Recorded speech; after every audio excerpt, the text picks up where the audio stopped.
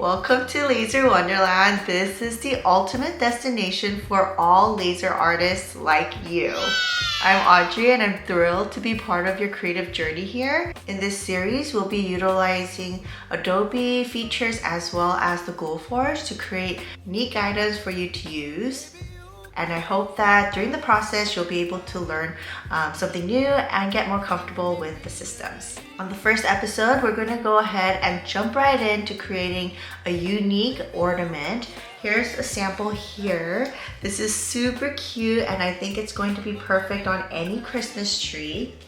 I actually got inspired to create this ornament from my exact photo frame that's sitting right on my desktop.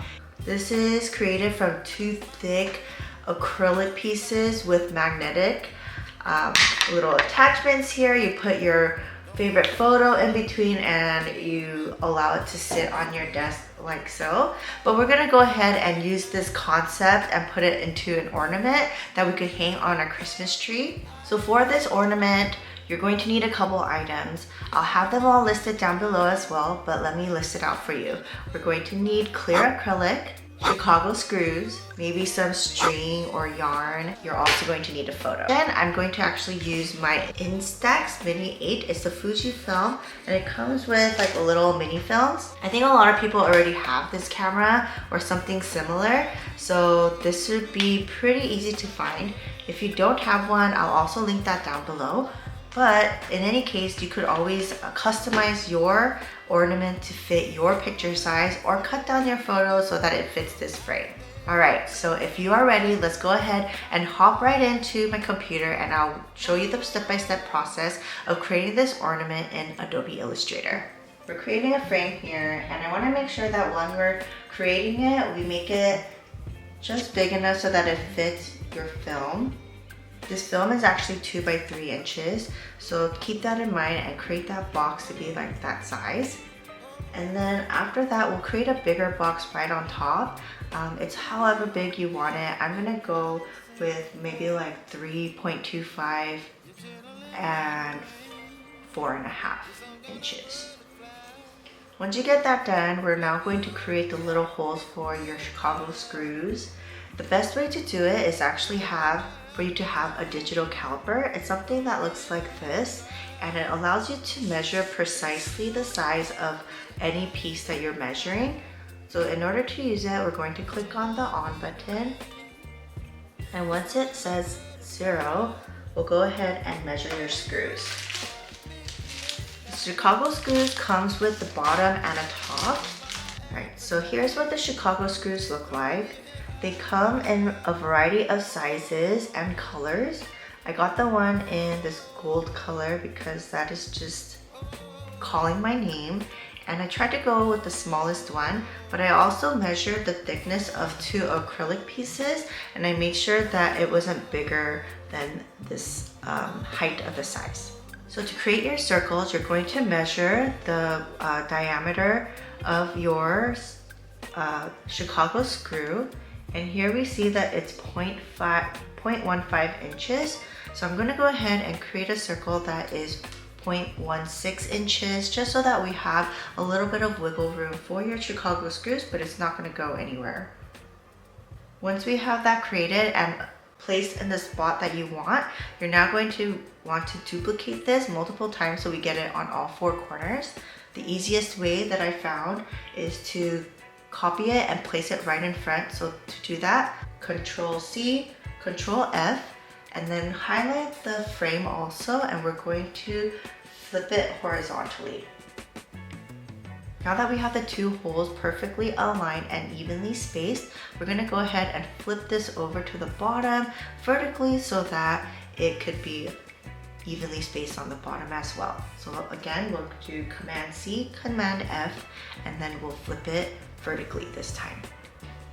The last process for this item is to create your little hole on top. This is where you're going to be able to loop your ribbon here.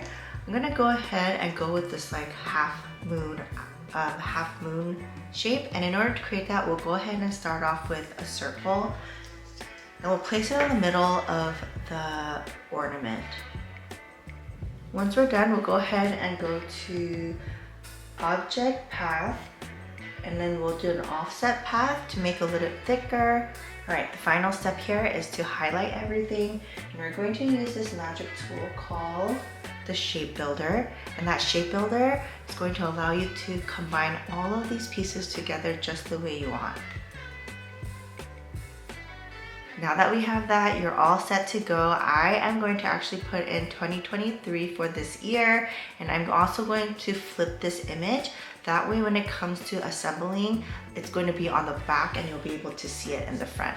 Now I'm going to go ahead and get this cut out, and I'll show you exactly what it looks like when it's out of the laser. Here are the two pieces that came out of my laser, and as you see, one is clear with nothing on it, and then the other one has the 2023 engraved on this side, and that way when I flip it, it's going to be perfectly showing the 2023, and when you touch it on the front, you're gonna see a flat base. So to just show you exactly what it's going to look like, I'm gonna go ahead and take a photo here. Let's turn it on. I'm gonna wait for this to stop blinking. All right, now that it's ready, let's go ahead and take a photo.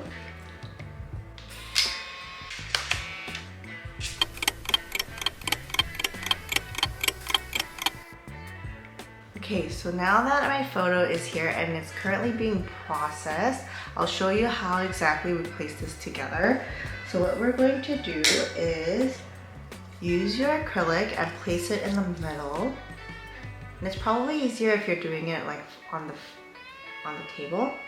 And then we're going to place this one, we're sandwiching it in between the two ornaments.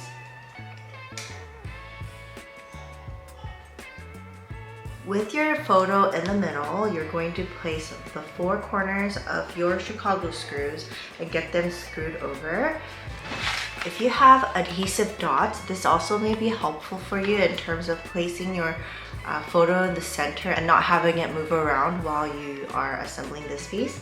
But in any case, this is what it's going to look like with all four corners of your Chicago screws in your corners. It's going to look like this, and you'll put in your little ribbon.